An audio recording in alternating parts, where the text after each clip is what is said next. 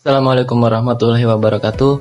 Perkenalkan, nama saya Ryan Rahmadika. Saya dari Prodi PJJ Manajemen. Pada kali ini, saya dan 8 rekan saya akan mempresentasikan tugas yang diberikan oleh Ibu Meli Siagawati SEMM, yaitu tentang Business Improvement Project. Pada presentasi kali ini, saya dan rekan saya akan menganalisis sebuah UMKM atau sebuah bisnis. Bisnis yang akan kami presentasikan yaitu bernama Warung Abnormal. Pertama-tama, saya akan menjelaskan apa itu Warung Abnormal. Warung Abnormal merupakan pelopor kafe mie instan yang didirikan pada 2014 oleh Rex Marindo di bawah naungan PT Cita Rasa Prima Indonesia Berjaya atau CRP Group. Usaha ini diharapkan dapat memberikan keuntungan bagi pemilik serta memberikan manfaat bagi masyarakat sekitar. Namun, setelah beroperasi selama beberapa waktu, usaha ini justru mengalami kerugian dan kesulitan untuk melanjutkan operasionalnya.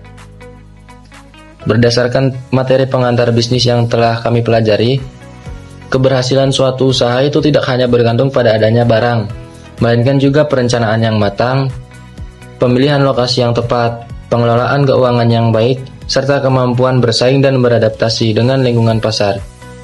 Kerugian yang dialami Warung Abnormal ini menjadi bahan kajian yang menarik untuk diketahui kelemahan dan faktor penyebabnya. Nah, sekarang kita masuk ke dalam pembahasan rumusan masalah dan tujuan analisis bisnis warung abnormal tersebut. Yang pertama yaitu kita bahas rumusan masalahnya. Yang pertama yaitu faktor-faktor apa yang menyebabkan warung abnormal mengalami kerugian. Yang kedua, bagaimana analisis kondisi usaha berdasarkan teori bisnis. Yang ketiga yaitu langkah apa yang dapat dilakukan untuk memperbaiki kondisi usaha. Nah, untuk tujuan analisisnya, yang pertama yaitu mengetahui akar masalah penyebab kerugian usaha warung abnormal. Yang kedua, menerapkan konsep dan teori bisnis dalam menganalisis permasalahan usaha nyata. Yang ketiga atau yang terakhir yaitu memberikan usulan strategi perbaikan agar usaha dapat kembali untung dan berkembang. Landasan teori, prinsip usaha yang baik, pengelolaan keuangan, dicatat teratur agar mengetahui posisi untung rugi dan arus kas. Kekacauan keuangan adalah penyebab utama kegagalan usaha. Bauran pemasaran, 4P, produk sesuai kebutuhan, harga bersaing, tempat mudah dijangkau, dan promosi agar dikenal masyarakat. Pemilihan lokasi harus strategis, mudah dijangkau, dekat dengan sasaran, aman dan nyaman. Lokasi yang salah membuat usaha sepi pembeli. Analisis SWOT dan keunggulan bersaing. Usaha harus memahami kekuatan, kelemahan, peluang, dan ancaman, serta memiliki nilai lebih dibanding pesaing. Pelaku usaha, langkah yang harus dilakukan dalam membangun bisnis yaitu melakukan analisis perencanaan dan lokasi. Yang mana apabila analisis perencanaan dan lokasi dilakukan tanpa adanya studi kelayakan yang matang, seorang pemilik membuka usaha sesuai dengan dugaan tanpa adanya analisis apakah lokasi tersebut strategis untuk dijalankan usaha. Yang mana tanpa adanya pedoman pengelolaan dan juga tolak ukur keberhasilan. Nah, apalagi berada di lokasi yang kurang strategis. Nah, apa aja sih lokasi yang kurang strategis itu?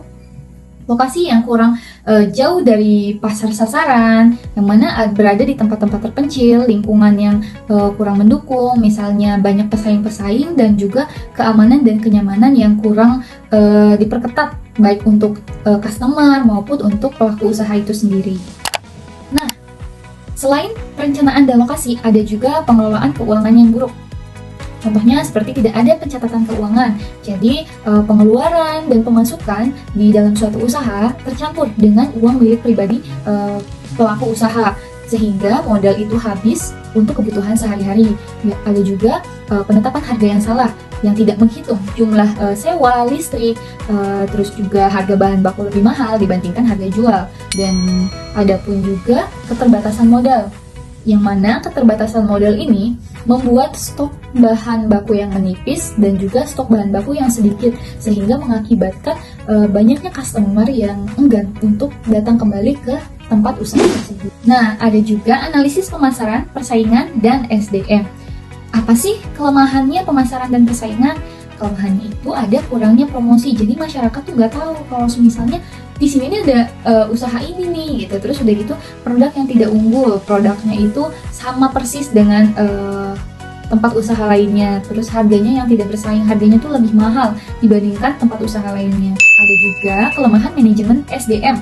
Nah, si pemilik warung ini tuh kurang memiliki kemampuan untuk memanajemen usaha, jam kerjanya yang tidak beraturan, pelayanannya yang kurang ramah, dan juga tidak ada inovasi. Terus warung itu tuh hanya dikelola secara biasa saja gitu, tanpa memperbaiki pelayanan atau mencari barang yang dibutuhkan oleh masyarakat sekitar. Nah, akibatnya si pelanggan atau si customer tuh udah gak mau lagi nih ke tempat ini. Ya, setelah mendengarkan penjelasan dari Rina tadi, kita meringkas bahwa penyebab kerugian dari warung abnormal antara lain tanpa studi kelayakan dan perencanaan yang buruk, lokasi tidak strategis atau jauh dari target. Ya, sebenarnya sih warung abnormal itu juga strategis ya, hanya saja terlalu strategis untuk dekat dengan kompetitor-kompetitornya juga. Yang ketiga adalah manajemen keuangan lemah, tidak ada pembukuan, harga salah dan modal terbatas. Ya, seperti kita ketahui kan, warung abnormal itu kan kalau kita pernah kesana ya, beberapa menunya ada yang terlalu murah, bisa dibilang terlalu murah, namun dengan modal yang terbatas. Serta di warung abnormal itu kan fasilitasnya terlalu bagus untuk sebuah warung Indomie, kayak AC dan segala macamnya. Itu menurut saya juga merupakan salah satu faktor kenapa warung abnormal tidak survive bisnisnya. Dan yang terakhir, pemasaran lemah tanpa promosi, tidak ada keunggulan kompetitif dan layanan yang kurang baik. Maka dari itu kami telah memberikan analisis penyebab kerugiannya, dan kami akan memberikan strategi perbaikan dan pengembangan usaha untuk warung abnormal yang akan dijelaskan di slide berikutnya oleh Kak Salsa. Di sini kita akan membahas salah satu fondasi keuangan yang paling krusial dalam berkelanjutannya sebuah usaha, yaitu melalui strategi perbaikan sistem keuangan. Banyak bisnis skala kecil maupun berkembang yang memiliki kendala bukan karena produknya yang tidak laku, melainkan karena sistem keuangan yang kurang tertata. Oleh karena itu, ada 3 langkah taktis yang perlu kita lakukan atau terapkan segera. Langkah pertama yang menjadi fondasi dasar yaitu mencatat semua transaksi. Kunci utama di sini ialah kedisiplinan harian, yaitu kita harus menulis semua pengeluaran, uang masuk dan uang keluar secara real time, sekecil apapun nominalnya. Dan yang paling penting yang sering terjadi oleh para pemilik usaha yaitu pisahkan uang pribadi dan uang perusahaan secara tegas. Jangan mencampurkan dompet rumah tangga dan dompet bisnis menjadi satu, agar kita bisa melihat kesehatan keuangan usaha kita yang sebenarnya. Masuk ke langkah kedua yaitu menghitung harga pokok atau HPP.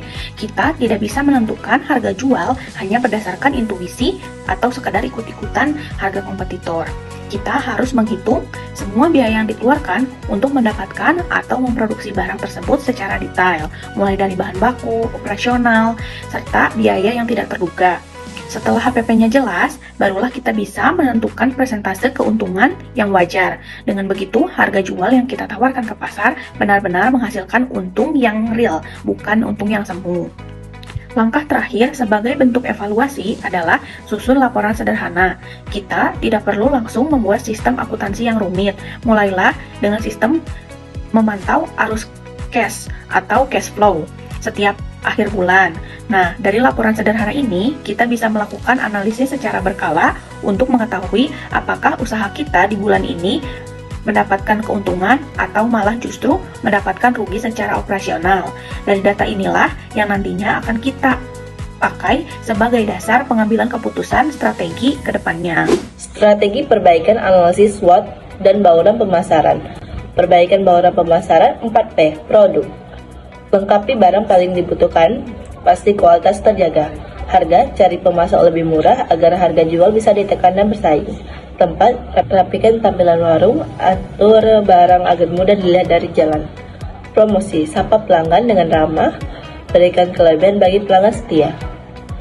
Analisis SWOT, kekuatan, usaha sudah berdiri fleksibel dikelola langsung pemilik. Kelemahan, modal terbatas, kurang dikenal, lokasi kurang strategis.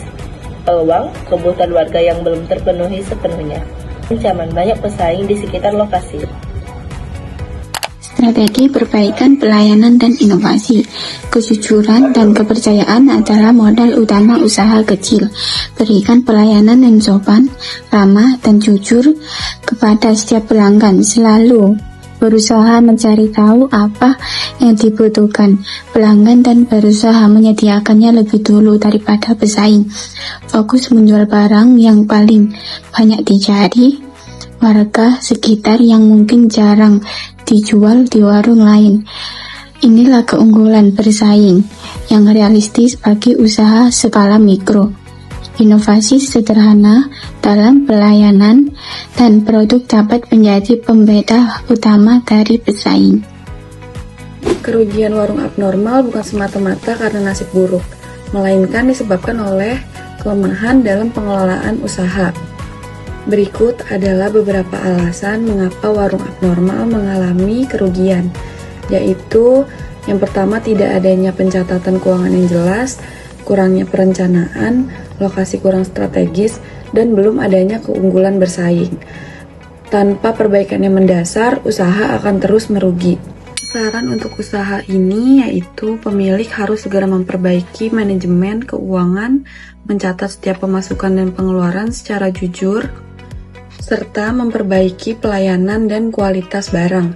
Rajin mengamati pesaing dan kebutuhan warga sekitar adalah kunci agar usaha benar-benar bermanfaat bagi masyarakat dan menguntungkan bagi pemilik. Semangat dan ketekunan yang dibarengi pengetahuan mengelola usaha adalah kunci dari keberhasilan.